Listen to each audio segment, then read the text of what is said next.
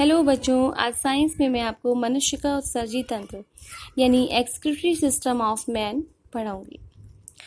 मनुष्य सहित सभी कशेरुकी जंतुओं में कार्बन, नाइट्रोजन आदि के यौगिक उत्सर्जी पदार्थों के रूप में पाए जाते हैं। इसके अतिरिक्त अनेक अकार्बनिक लवण जो शरीर से निष्कासित करने ज़रूरी होते हैं या शरीर से हमें बाहर निकालने ज़रूरी होते हैं। इनमें प्रमुख उत्सर्जी पदार्थ नाइट्रोजन होता है। जैसे आपको बताऊं, अधिकांश कशेरुकियों में अमोनिया ही प्रथम पदार्थ है जिसका निष्कासन करना ज़रूरी होता है। अमोनिया के रूप में उत्सर्जन करने वाले जंतुओं को हम कहते हैं एमोनोटैलिक। यूरिया के रूप में उत्सर्जन करने वाले जंतुओं को हम कहते हैं यूरियोटैलिक तथा यूरिक अम्ल के रूप में उत्सर्जन करने वाले जंतुओं को हम यूरिकोटैलिक प्राणी कहते हैं। आपको पता है कि मनुष्य जो है वो एक यूरियोटैलिक प्राणी है। क्यों है वो? क्योंकि वह यूरिया के रूप में उत्सर्जन करने का कार्य करता है। अमोनिया, यूरिया तथा यूरिक अम्ल की विषाक्तता क्रमशः कम होती चली जाती है।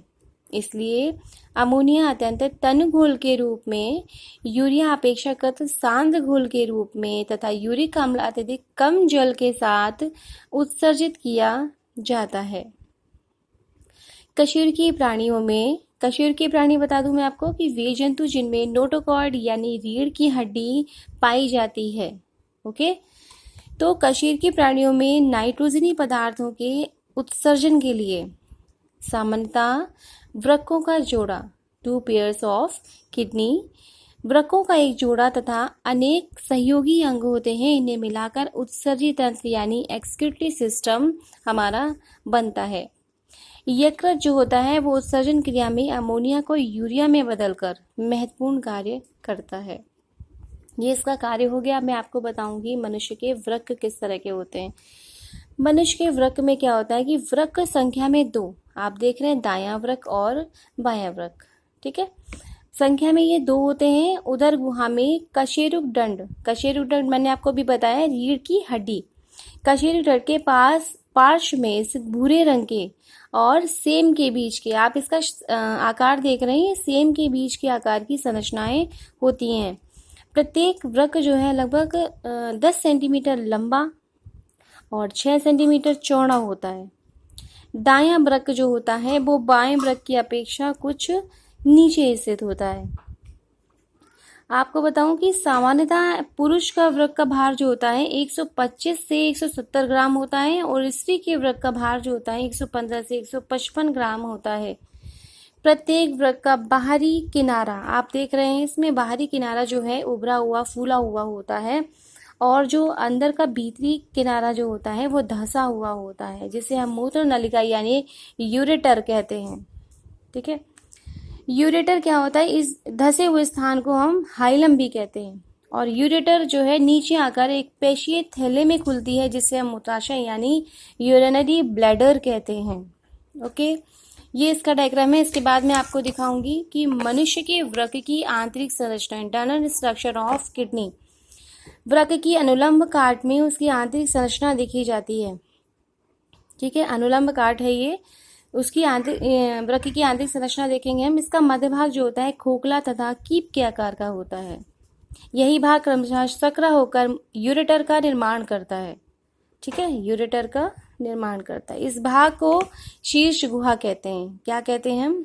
शीर्ष गुहा या पेल्विस भी कहते हैं। वृक्क का शीर्ष भाग ठोस तथा 2 भागों में बटा होता है। बाहरी हल्का बैंगनी रंग का भाग जो होता है हमारा कॉर्टेक्स कहलाता है और भीतरी गहरे रंग का जो भाग होता है वो हमारा मेड्यूला कहलाता है। वृक्क में असंख्य कुंडलित तथा लंबी सूक्ष्म नलिकाएं होती हैं। आप देख रहे हैं, इन्हें हम क्या कहते हैं? वृक्क नलिकाएं। क्या कहते हैं हम? वृक्क नलिकाएं। इसके बाद प्रत्येक नलिका के 2 प्रमुख भाग होते हैं, जिनमें एक प्याले के आकार का ग्रंथिल भाग जो होता है मैल्पिगियन संपुटी तथा दूसरा अत्यंत कुंडलित भाग जो होता है वो हमारा नलिकाकार होता है। श्रावी नलिका का जो प्रारंभिक तथा अंतिम भाग कुंडलित होकर यू के आकार का शेप बना लेता है। वृक्क नलिका का अंतिम भाग जो होता है वो हमारा संग्रह नलिका कहलाता है। क्या कहलाता है? संग्रह नलिका कहलाता है और उसी में ही वो एक बड़ी संग्रह नलिका में ही ये खुलता है। प्रत्येक संग्रह नलिका एक पिरामिड का निर्माण करती है और उसी पिरामिड में वह खुलती है, पिरामिड में वह खुलती है। ये वृक्क में ऐसे 10-12 पिरामिड पाए जाते हैं, ठीक है। 10-12 पिरामिड दिखाई देते हैं जो अपने सक्रिय भाग से शीर्ष गुहा में खुलते हैं। बच्चों, ये स्ट्रक्चर मैंने आपको मनुष्य का उत्सर्जी तंत्र और मनुष्य के वृक्क की संरचना, आंतरिक संरचना बना के बताई है। इसको आप ध्यान से पढ़ेंगे, समझेंगे और अपनी पढ़ाई कंटिन्यू करेंगे और अपना ध्यान रखेंगे। Okay, bye bye.